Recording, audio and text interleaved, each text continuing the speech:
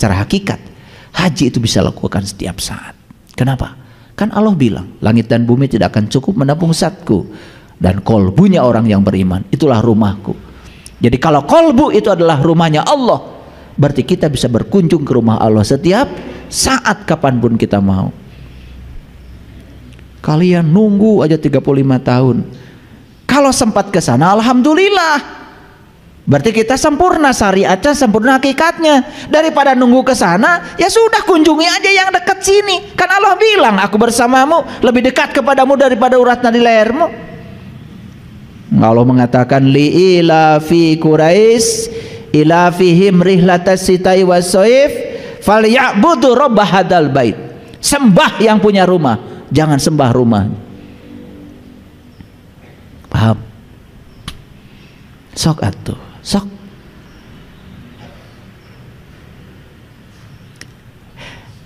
Mengerti pesan ayat ini? Dan ternyata yang bisa menceritakan sesuatu yang dialami hanya orang beriman. Kalau tidak punya iman, tidak bisa menceritakan sesuatu pada orang lain. Dia belum mengalami. Rukun iman ada 6. Iman sama Allah, alami. Iman sama malaikat, alami. Cari malaikat itu yang mana. Jangan cukup, oh malaikat makhluk yang terbuat dari cahaya. Emang kita bukan dari cahaya? Bukankah ruh itu juga cahaya yang ditiupkan Allah pada diri kita? Tuh kan. Kalau dalam ngajinya kan nanti ketemu. Iman pada kitab, iman pada rasul, iman pada qada dan qadar, iman pada hari kebangkitan. Kapan kita mau bangkit? Saya tanya, kata bangkit dipakai oleh orang yang sukses atau orang yang sedang bangkrut? Jawab dulu. Kata bangkit selama ini dipakai untuk orang yang sukses atau bangkrut? Betul? Jadi kalau gitu yang mengalami hari kebangkitan itu siapa? Yang sukses atau yang bangkrut? Yang sadar atau yang tidak sadar? Nah itu. Kalau kita tidak sadar hari ini, sok bangkit, ayeuna, itu hari kebangkitan. Kalau kita bangkrut, usaha teu jalan, maaf ya, duit teu boga, budak teu sakola, nya lapar, bangkit atuh. Nah kita tuh terus aja nunggu kiamat yang nanti buat kebahagiaan.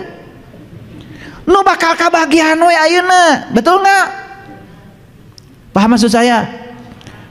Tabungan begitu masuk kartu saldo tidak cukup, bangkit atuh.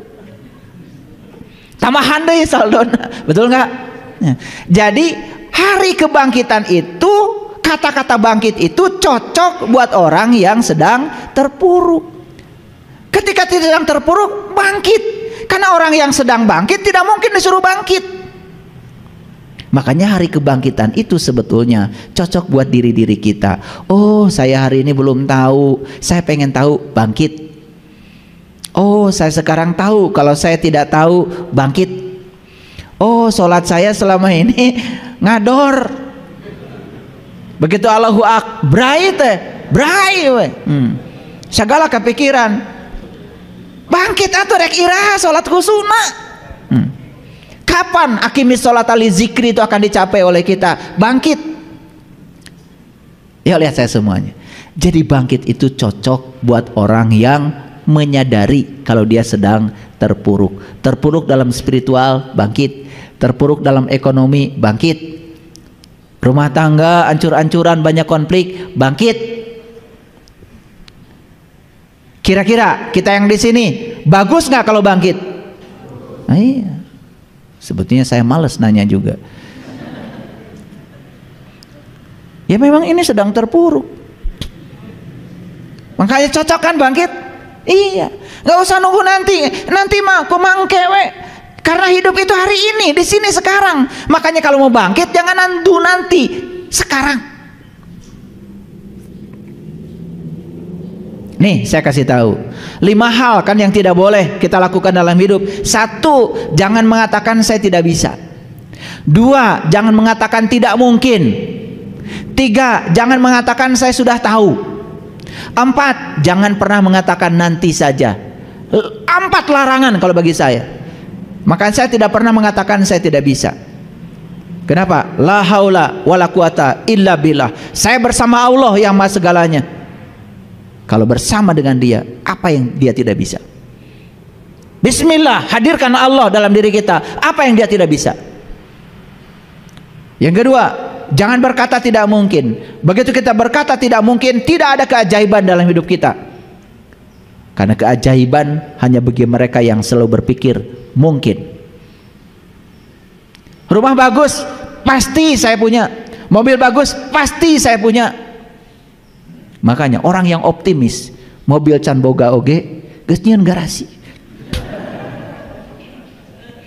Kalian tertawa, ini dianggap banyolan. Ini diajarkan dalam psikologi. Baca buku The Secret yang ditulis oleh Rhonda, baca buku The Power, The Hero. Itu diajarkan. CEO tingkat dunia itu bermula dari latihan yang semacam itu.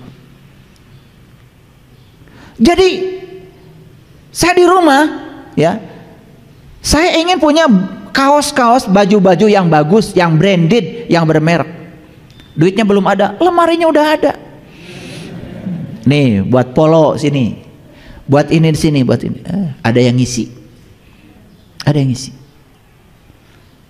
Sampai sekarang, kalau saya ulang tahun, sepatu yang ulang tahun 2 tahun yang lalu, can kapake.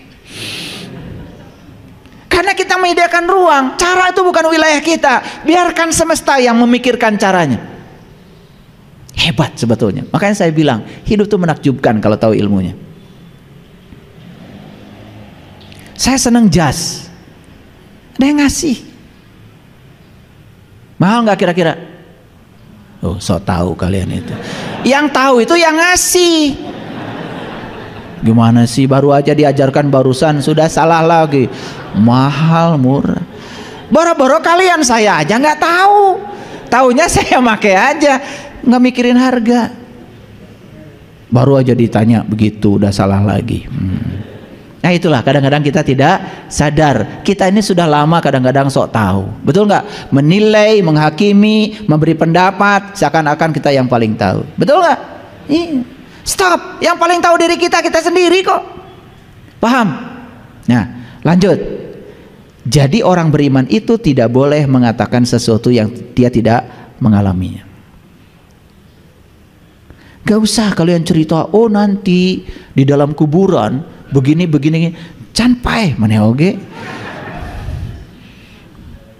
Ajarkan kuburan yang sekarang nu kasorang kurang. Mana kuburan? Nih. Siapa yang tersiksa di sini? Nih, jiwa kita. Begitu pikiran kita buruk, tersiksa jiwa kita. Betul? Tah eta rasakeun kuburan eta we heula nu ayeuna. Ieu mau ngobrol. Kumaha kita di kuburan? Gegenir. Pertanyaan aku man robuka. Berarti malaikat mungkar nakir orang Arab. Kumaha mu teu ngartos bahasa Arab? Betul nggak? Jadi karena orang mengajarkan begitu, langsung kita begitu. Saya bukan anti terhadap itu. Tapi kalau Quran ini mengatakan, kamu hanya berhak mengatakan yang kamu alami. Obrolkeun us kaalaman. Betul apa tidak? Kan kuburan itu macan kealaman. Dah saja kalau ditanya nih, mentang-mentang saya guru ngaji gitu, ditanya segala jawab enggak. Kalau ditanya, ada yang nanya sama saya, ayah nanti di kuburan tuh gimana? Teuing. Dah saya macan kaditu. Saya mah cuma bisa menjelaskan nu geus kasorang di dieu. Mana? Ya bagi saya kuburan itu tubuh saya. Yang terkurung di sini jiwa saya. Nah itu tuh sedang terkubur. Man robuka di dia kata saya mah. Nah dua munkar dan nakir yang harus kita jawab dalam hidup di sini dua, Allah dan Rasulnya. Karena dua yang harus kita tahu, Allah dan Rasulnya, makanya pertanyaannya juga munkar dan nakir. Saya mah di sini we. Dan yang di sana mah belum bisa saya ngobrol. Lucu tuh terlalu banyak orang yang ngobrolkeun di ditu bari jeung can kadar itu.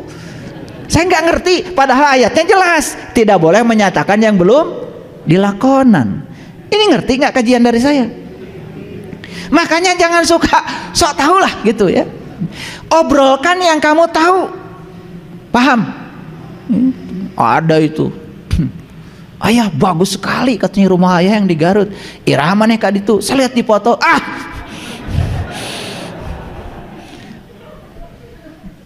Foto mah diedit.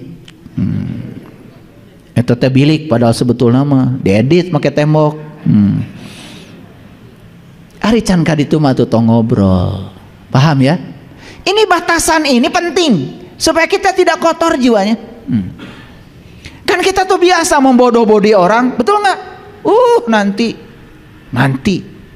di surga bidadari 72 karunya tuh ibu-ibu.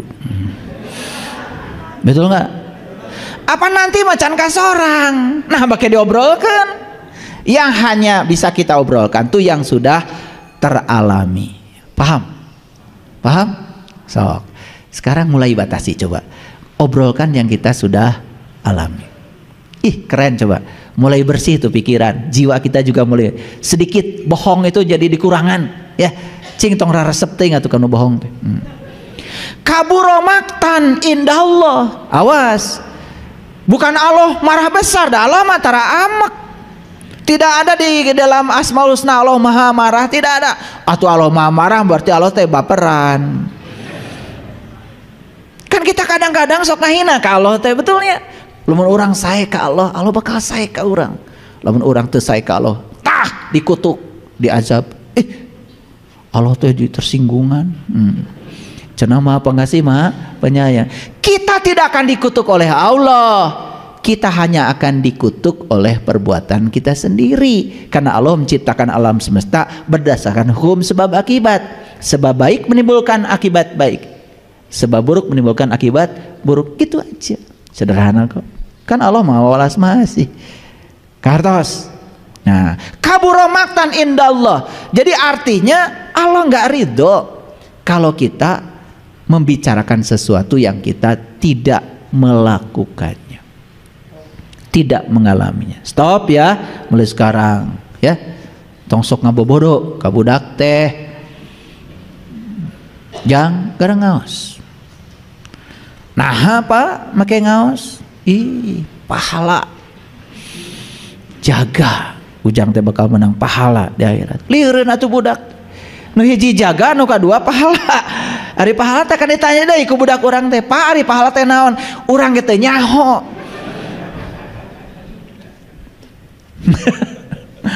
Makanya obrolkan yang bisa dipahami. Coba perintahkan. Sing menang wudu maneh teh. Nah, apa bagian? Me bersih teh. Bersih, banget maneh bersih. Gitu, cahayaan, gitu kan? Kan kulit itu perlu air. Gitu, ya. Yang sederhana dulu, jangan langsung dikaitkan dengan pahala. Sederhana dulu. Coba. Pasti anak kita akan melakukannya. Oh iya, ternyata wudhu secara kesehatan juga bagus. Tingkatkan lagi nanti. Oh ternyata wudhu secara spiritual tuh bagus. Kenapa wudhu? Ternyata Nabi Muhammad mengajarkan walaupun yang nempel di wajah ini air biasa, tapi kan Nabi Muhammad mengajarkan putihkan wajahku dengan cahayamu. Kan keren tuh. Tingkatkan pelan-pelan aja sesuai dengan tahap perkembangan mereka sehingga mereka bisa memahami agama itu. Keren. Paham? Ya. Kita lanjutkan. Lihat sini semuanya. Ada pohon apa itu? Pohon kelapa. Yang sebelah kanan? Pohon apa tuh? Duren. Ya salah saya, gambarnya kurang besar. Ya, bukan salah kalian. Yang ini pohon kelapa, ini pohon duren. Kira-kira berapa tahun itu ya dia itu bisa berbuah duren? Mulai waspada ya. Pertanyaan saya jebakan sebetulnya ya. Saya juga nggak tahu. Ini saya ambil dari YouTube ini, saya ambil, tapi Pak Amitan dulu, saya minta maaf ini ya, diambil gambarnya. Yang jelas duren ini bisa menghasilkan duren itu perlu waktu. Tidak mungkin hari ini nanam, besok kemudian jadi duren. Paham? Pohon kelapa yang sebelah kiri, saya juga tidak tahu umurnya berapa. Karena yang tahu umur dia berapa, dia sendiri. Yang jelas, dia tuh sampai berbuah kelapa serimbun itu perlu waktu. Setuju? Oke. Siapa yang menumbuhkan ini? Jelas, dia Sang Maha Pencipta, Sang Kehadiran. Yang kehadirannya sudah cukup membuat ini tumbuh. Dan yang luar biasanya, alam ini mengajarkan kepada kita, jangan terburu-buru, jangan terburu-buru, jangan terburu-buru, nanti juga sampai. Jadi saya ingin membandingkan saja dengan manusia yang mengatakan dirinya makhluk paling mulia, yang selalu terburu-buru, hayang gancang bisa, hayang gancang benghar, ari gawe mung. Tidak lebih mulia daripada pohon ini. Coba perhatikan keluar ke sana. Lihat semua di sana. Di sana ada pohon mangga. Hidup nggak sekarang pohon mangga? Berubah nggak pohon mangga sekarang? Kelihatan perubahannya? Nggak kelihatan. Saking lembutnya Allah bekerja sampai perubahannya nggak kelihatan. Baru kita bisa melihat dalam kurun waktu yang panjang. Setahun, 2 tahun, loh, geus buahan dah, loh, betul? Apa yang kita bisa petik dari sini? Ini sesuai dengan judul yang saya sampaikan. Jangan belajar spiritual, belajar kesadaran, naik eskalator. Itu bukan jalan kita. Lewat anak tangga. Nikmati setiap momen kehidupan, tangkap setiap pesannya. Yang enak akan ditinggalkan, yang gak enak akan ditinggalkan. Yang akan kita bawa adalah pesan dari enak, pesan dari tidak enak. Pelajaran apa yang bisa membuat kita menjadi dewasa? Kedewasaan jiwa itulah yang akan menyelamatkan kita. Clear sampai sini? Oke, sekarang saya akan masuk pada Quran. Lihat semuanya sini. Hari ini saya akan mengajarkan dialog yang sangat luar biasa di Quran surat Al-Kahfi. Ya, dialog siapa dengan siapa nanti kita akan lihat. Mari kita awali dengan ayat 54 dari surat Al-Kahfi. A'udzubillahi minasyaitonirrajim. Bismillahirrahmanirrahim.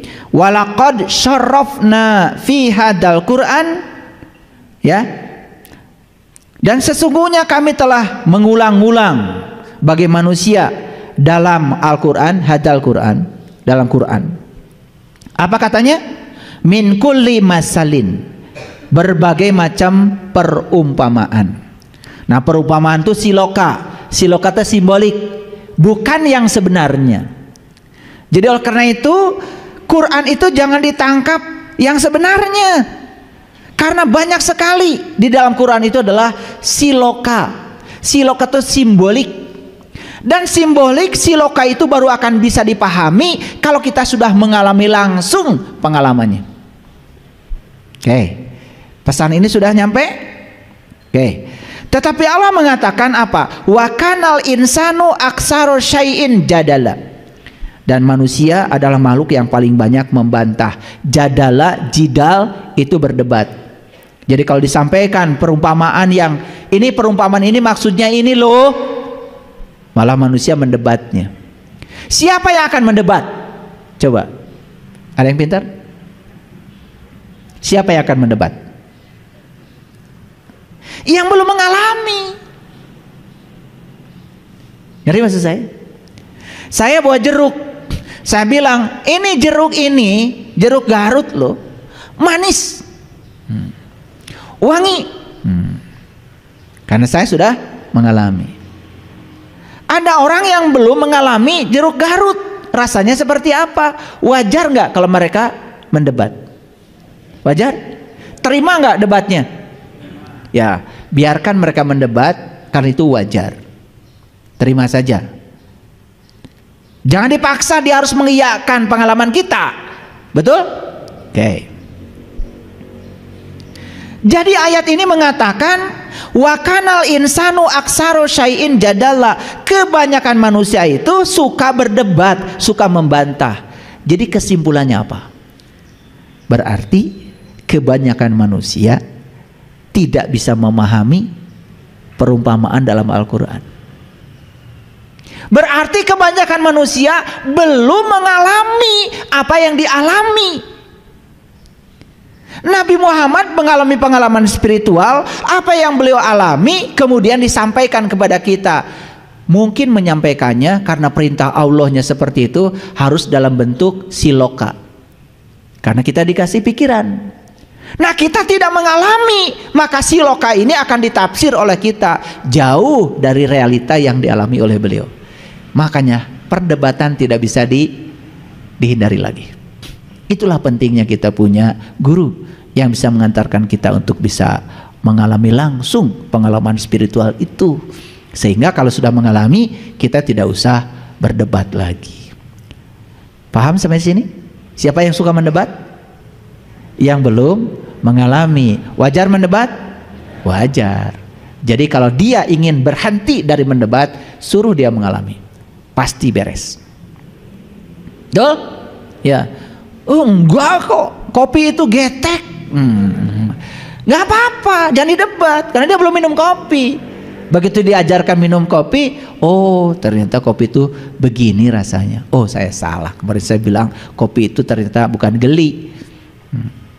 Nah, sehingga sampai kesadaran itu. Oke, lanjut dulu, paham pelan-pelan ya.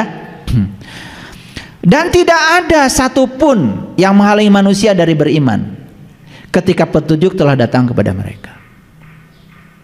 Jadi kalau hidayah itu sudah datang pada dia, karena dia menghendaki hidayah itu, tidak ada yang bisa menghalangi. Mau suami, mau istri, tidak bisa. Dan dari memohon ampun kepada Tuhannya, kecuali datangnya hukum, ya, bagi umat-umat yang dahulu, atau datangnya azab terhadap mereka dengan nyata. Sekali lagi, azab itu bukan dari Allah. Azab itu dari sebab yang ditimbulkan oleh kita sendiri. Allah sang kehadiran, sang fasilitator, memfasilitasi apa saja yang kita mau. Makanya hati-hati dengan pikiran. Ya, oke. Lanjut dulu. Wa ma nursilul mursalin ya illa mubasyirina wa mundirin. Dan tidaklah kami mengutus para utusan kecuali dua, membawa berita gembira dan sebagai pemberi peringatan. Jadi para utusan itu datang ke dunia bukan untuk menakut-nakuti, bukan untuk merayu-rayu, tetapi menyampaikan berita gembira dan peringatan.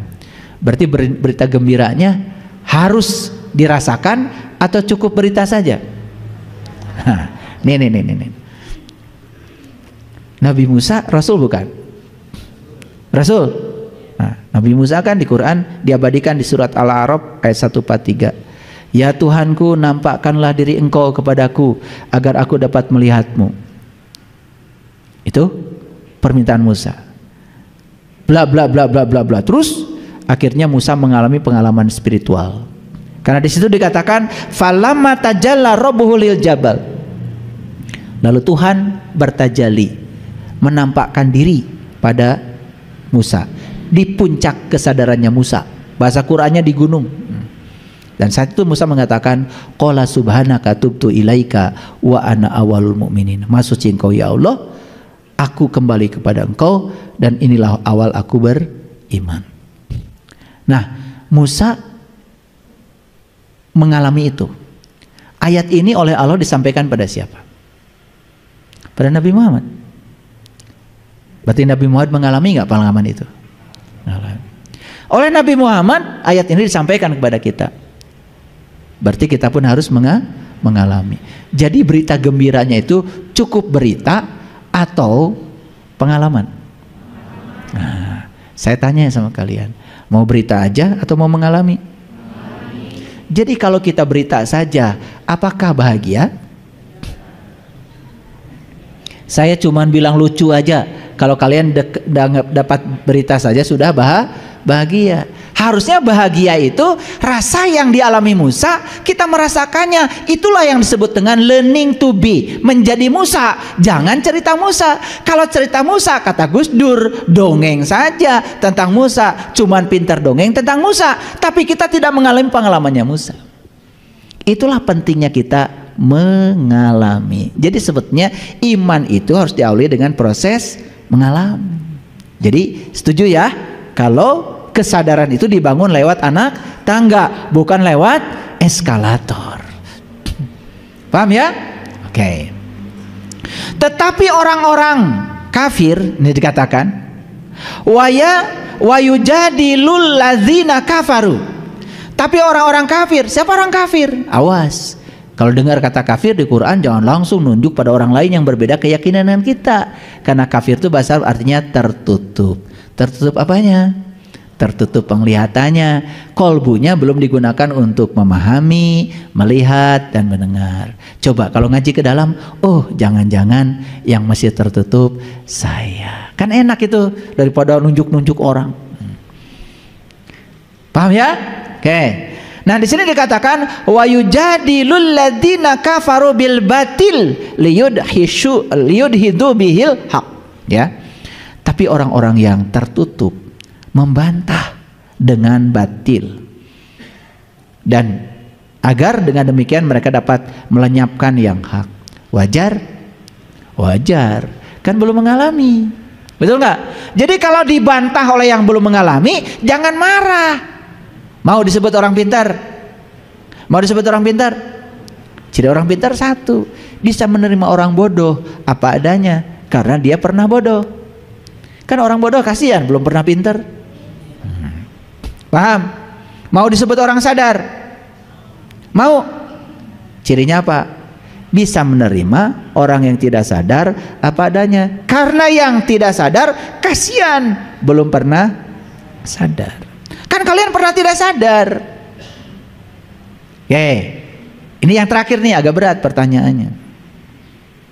Mau menerima orang yang tidak waras?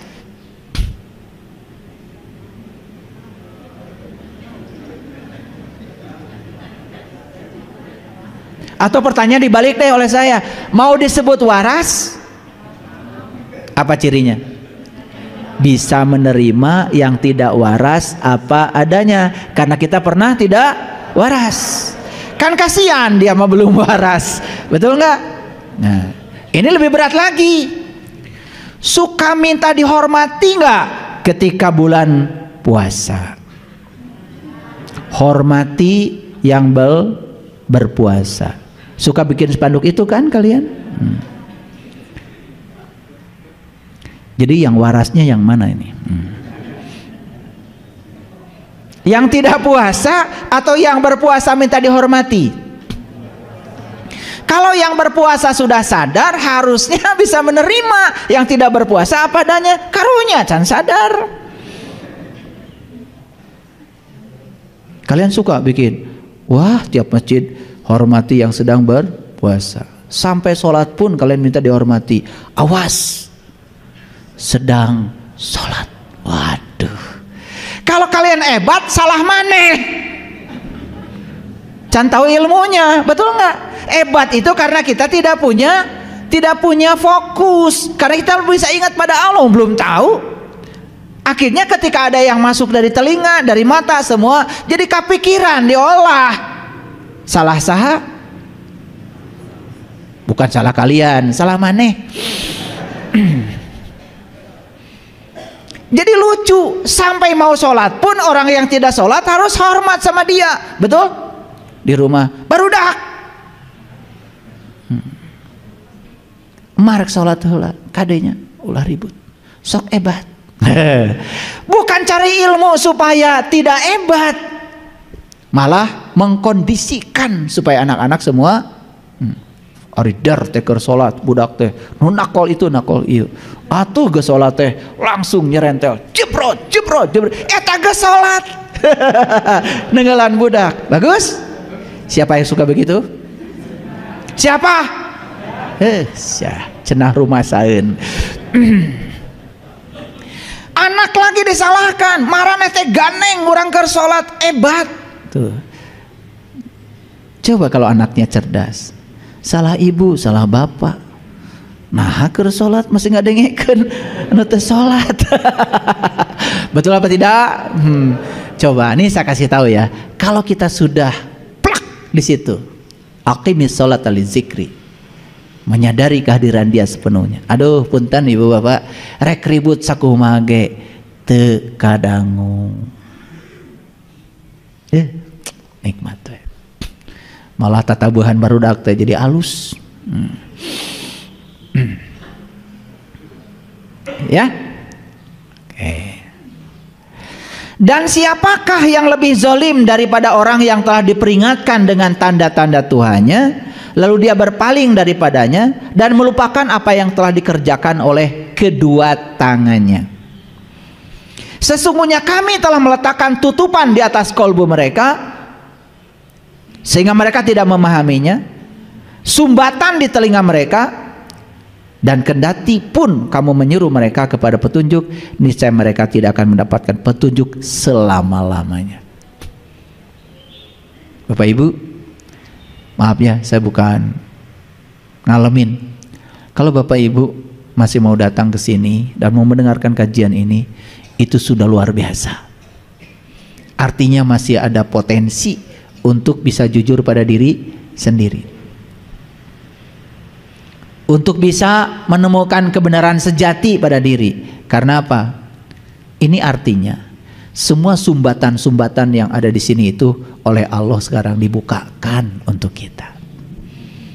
Karena kalau sumbatan-sumbatan itu ada sekarang di sini, merasa paling benar, merasa paling hebat, merasa itu, merasa ini, merasa siapa, saya yakin tidak ada di sini.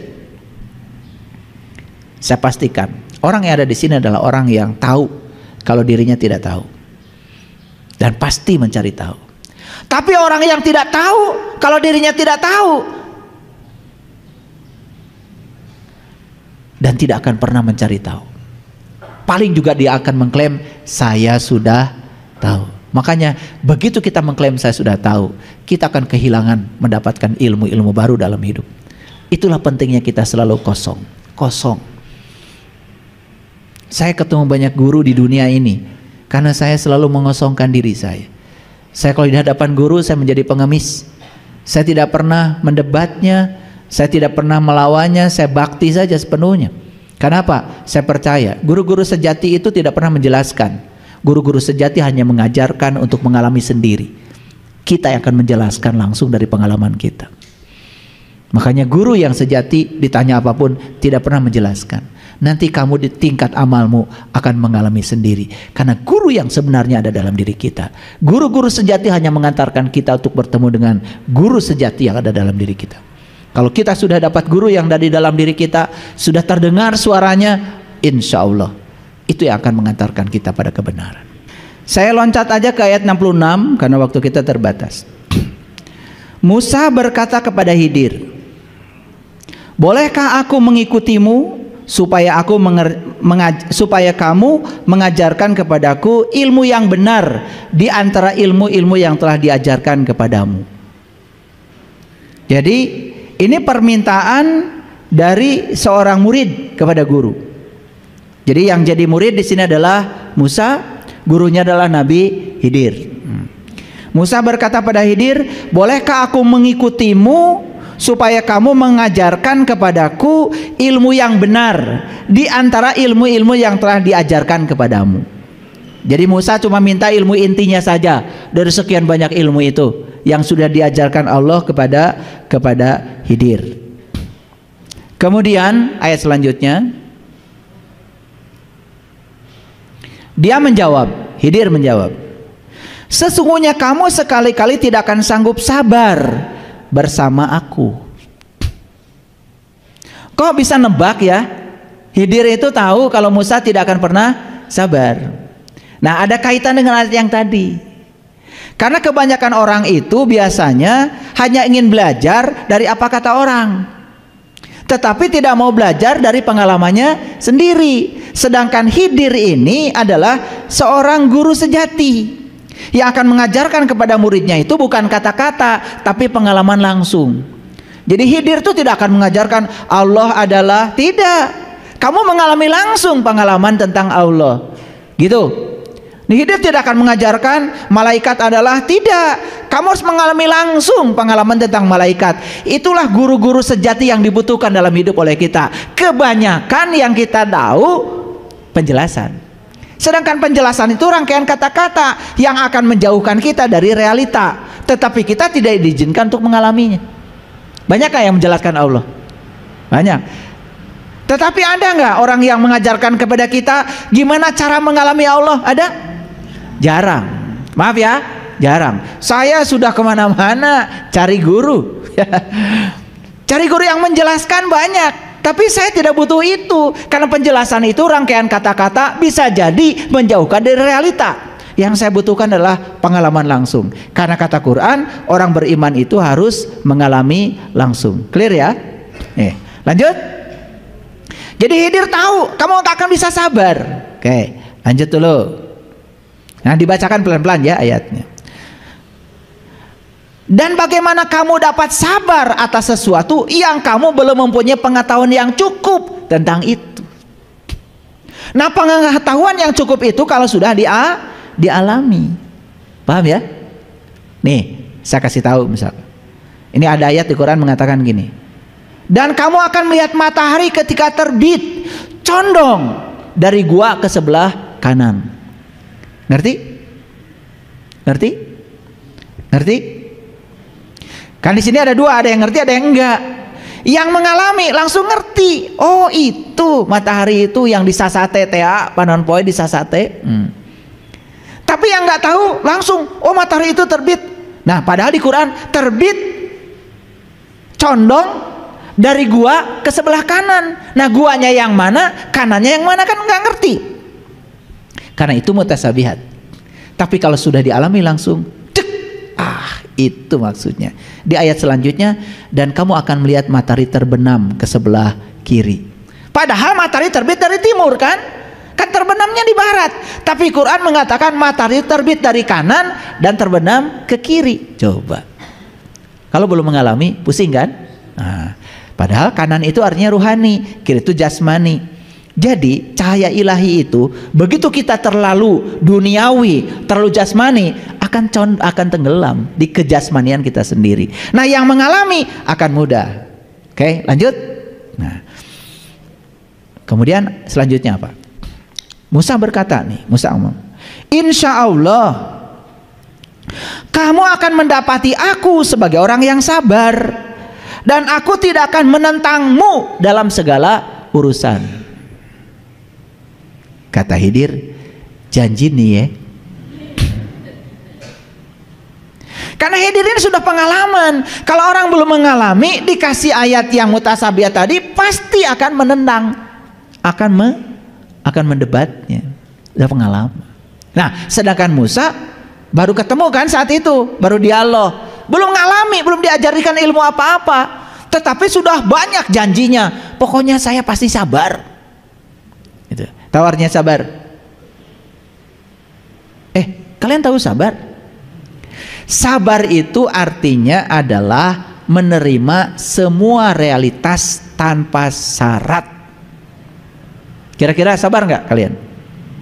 Bisa menerima anak-anak tanpa syarat? Bisa menerima pasangan hidup tanpa syarat? Kalau sudah bisa menerima semua tanpa syarat, moal ayah pasea antang, kan sudah menerima. Pasea itu berasal dari penolakan. Cok, kalian punya keinginan banyak, istri saya pengen begini. Begitu yang diinginkan tidak ada, pasti ke pengadilan agama. Betul nggak? Dan setelah dari pengadilan agama, harapannya nanti dapat yang lebih baik. Padahal kalau kita belum bisa menerima istri kita apa adanya, kita akan ketemu pasangan yang sama atau lebih buruk. Makanya lebih bagus dilanjutkan aja yang itu, baru keren ya. Itu paham ya? Sembarangan aja kalian itu memperlakukan istri suka-suka kalian, gak boleh ya. Istri kita itu hajar aswad kita, itu yang harus kita hormati. Karena menghormati istri kita berarti menghormati ibu kita. Karena satu-satunya orang di dunia yang pernah merasakan sakit untuk sebuah kelahiran adalah istri kita. Yang tertumpah darahnya untuk seluruh kelahiran adalah istri kita. Hampir menggadaikan nyawa untuk sebuah kelahiran adalah istri kita. Dan anak-anak kita dilahirkan lewat mereka. Hargai mereka. Saya agak kencang ya bicara ini. Nggak tahu nih sebelah sini tuh rada nggak beres tuh. Lanjut. Dia berkata, jika kamu mengikutiku, kata Khidir, maka janganlah kau menanyakan kepadaku tentang sesuatu apapun sampai aku sendiri menerangkannya kepadamu. Jadi kalau belum diterangkan, jangan nanya. Nah, belajar spiritual itu begitu. Jangan minta diterangkan, jangan.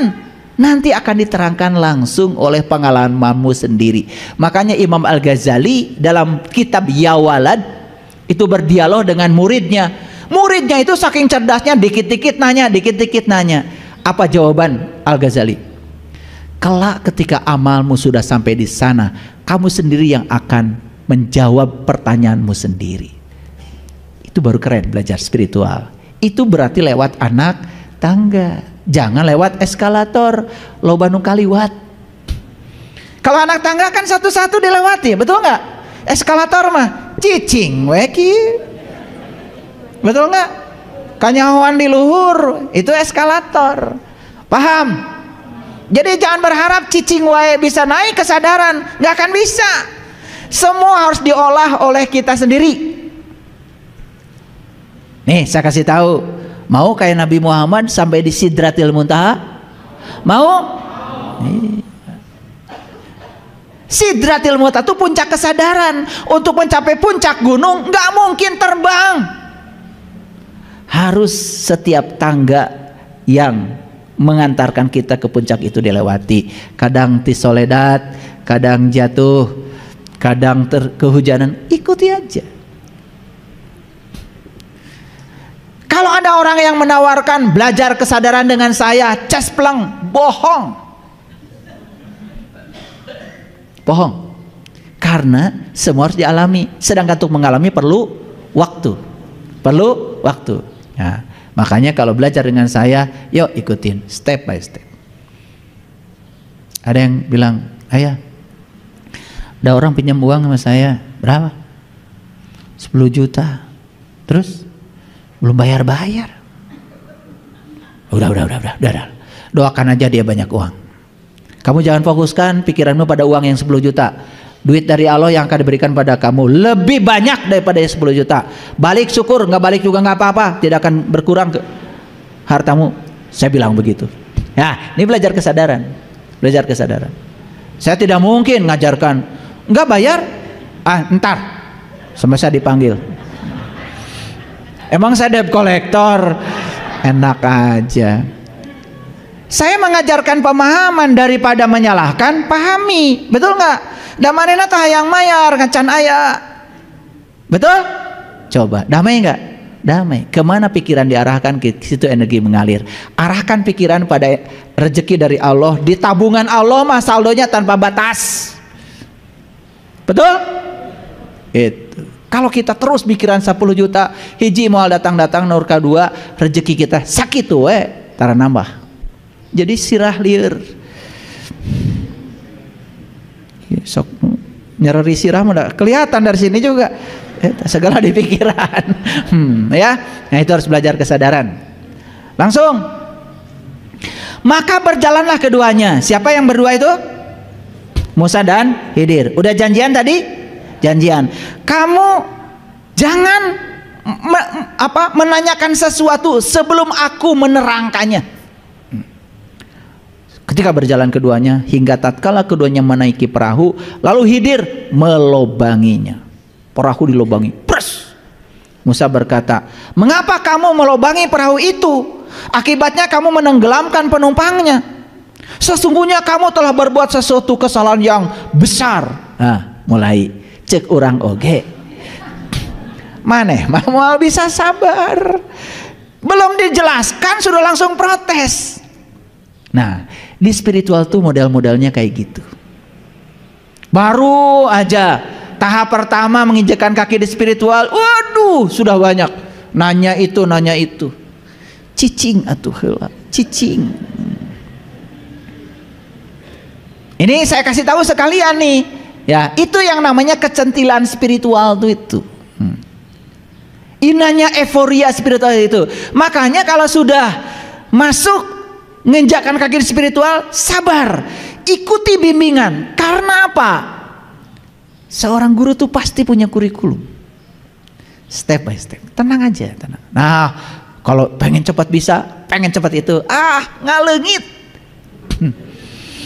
Yang pengen cepat bisa, pengen cepat ini, pengen mencapai itu, dalam perjalanannya pasti menghilang.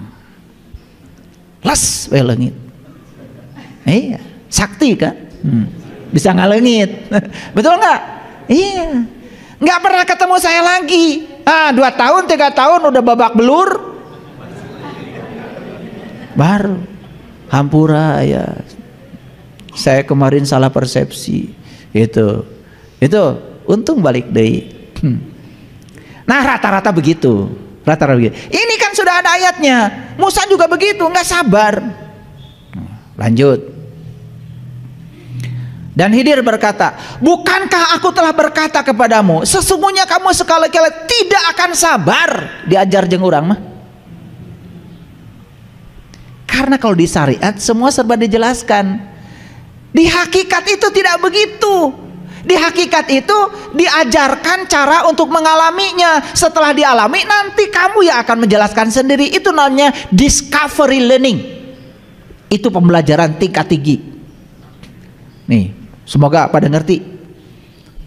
Nggak ngerti cari tahu. Jadi kalau belajar itu guru ngajarkan terus, setiap pertanyaan dijawab, itu bukan pembelajaran yang bagus. Pembelajaran yang bagus tuh guru memberi tantangan supaya dia menjawab dengan kecerdasannya sendiri. Nah, belajar spiritual tuh seperti itu Bapak Ibu. Jangan banyak WA. Kalian tuh kadang-kadang WA sama saya, ya Allah, ayah tolong jelaskan Quran surat Al-Baqarah. Kumaha 286 ayat rek dijelaskeun aku kumaha. Satu ayat aja saya tidak bisa menjelaskan lewat WA. Tapi kalau mau mengalami ya bisa. Tapi kalau dijelaskan itu udah keterlaluan. Tolong jelaskan Quran surat Ali Imran. Mas WA-nya begitu. Jadi Khidir berkata, bukankah aku telah berkata sesungguhnya kamu sekali lagi tidak akan sabar bersamaku. Karena metode belajar spiritual itu harus dialami. Beda dengan metode belajar ilmu syariat. Dijelaskan, jelaskan. Walaupun tidak dialami, yang penting sudah dijelaskan. Ada terminologi yang berbeda. Paham? Nah, mana? Mau saya jelaskan Allah atau mengalami Allah? Mau saya jelaskan jeruk atau sekarang saya bagi jeruk? Oh, jeruk naon ge mak. Tenanglah, ada lontong di luar. Daripada saya jelaskan lontong kan lebih bagus saya bagi. Betul nggak? Begitu nanti di luar, lontong gimana? Gitu deh. Selesai kan belajarnya. Daripada lontong adalah hese. Lontong adalah nasi yang terbuat dari beras, dibungkus oleh daun pisang, ya, kemudian dikasih cengek, dikasih panjang, huapkeun. Gimana lontong? Gitu. Gak ada penjelasan lagi. Mau gitu? Nah, belajar tuh gitu yang bener. Ini ngerti dari tadi saya bicara? Lanjut dulu. Saya sengaja pakai Quran supaya saya tidak dianggap berpersepsi. Musa berkata, janganlah kamu menghukum aku karena kelupaanku, dan janganlah kamu membebani aku dengan sesuatu kesulitan dalam urusanku. Wah, dia yang salah, dia sendiri yang tong hukum saya. Tuh, gitu udah biasa. Ini mentality orang-orang yang mau belajar spiritual tapi belum siap. Ketika ditegur sedikit aja hilang karena pengennya disanjung. Padahal kalau ditegur itu adalah cinta kasih seorang pembimbing, harusnya ngikut sami'na wa ata'na. Kenapa? Maaf ya, seorang pembimbing spiritual yang welas asihnya sudah tanpa batas tidak mungkin menegur dengan kebencian kecuali untuk mengarahkan orang itu menjadi lebih baik. Lanjut. Nah, tambah asik nih. Sebentar lagi tapi waktunya ya. Maka berjalanlah keduanya. Tadi baru melobangi perahu ya. Berjalan keduanya. Hingga tatkala keduanya berjumpa dengan seorang anak, maka Khidir membunuhnya. Musa berkata, "Mengapa kamu membunuh jiwa yang bersih? Bukankah karena dia membunuh orang lain? Sesungguhnya kamu telah melakukan sesuatu yang mungkar." Iya kah guru? Itu sopan pisan. Betul nggak? Gurunya dibilang mungkar, coba ya. Aduh, yang kayak gini, model-model kayak gini belajar spiritual lengit, nggak akan. Karena kadang-kadang dalam spiritual itu seorang pembimbing itu harus memberikan ujian-ujian yang berat itu untuk menguji seberapa tingkat kesadaran dia. Makanya hati-hati, banyak jebakan di spiritual itu ya. Iya, Junun Al-Misri, seorang sufi yang besar, sebelum diajarkan untuk meniti ke dalam diri, sama gurunya dikasih itu bambu, dalamnya ada tikusnya, tutup atasnya dengan daun kelapa kering. Kamu boleh belajar dengan aku, tapi ada perintah dari aku. Apa guru? Sampaikan ini pada temanku di seberang sungai sana. Nih, bawa. Wah, saya mau jadi murid. Senang saya gitu. Saking senangnya, girangnya di jalan itu naon kok korosakan. Dibuka tutupnya, begitu dibuka jeleng. Tikus. Kalau sudah begitu, tutupnya sudah terbuka, ya seorang guru juga tahu. Udah nyampe situ. Lepas ya tikusnya. Oh, guru tahu? Iya tahu lah. Dari wajahnya juga kamu memang tidak sabar. Model kamu itu model kepo. Jadi sebetulnya walaupun dirapihkan itu daunnya, penutupnya, ya gurunya udah tahu. Tikusnya udah loncat. Matak balik deui oge. Betul? Iya, kalau tidak loncat gak mungkin kan bambunya dikasih lagi. Apa kata gurunya? Baru dititipi seekor tikus saja kamu sudah tidak amanah. Bagaimana aku bisa menitipkan ilmu agung untuk meniti ke dalam diri? Al insanu syirri wa annasiruhu. Bubar tuh, Junun Al-Misri tidak jadi dapat ilmu. Sama seperti Khidir. Nah, kenapa ini saya bahas?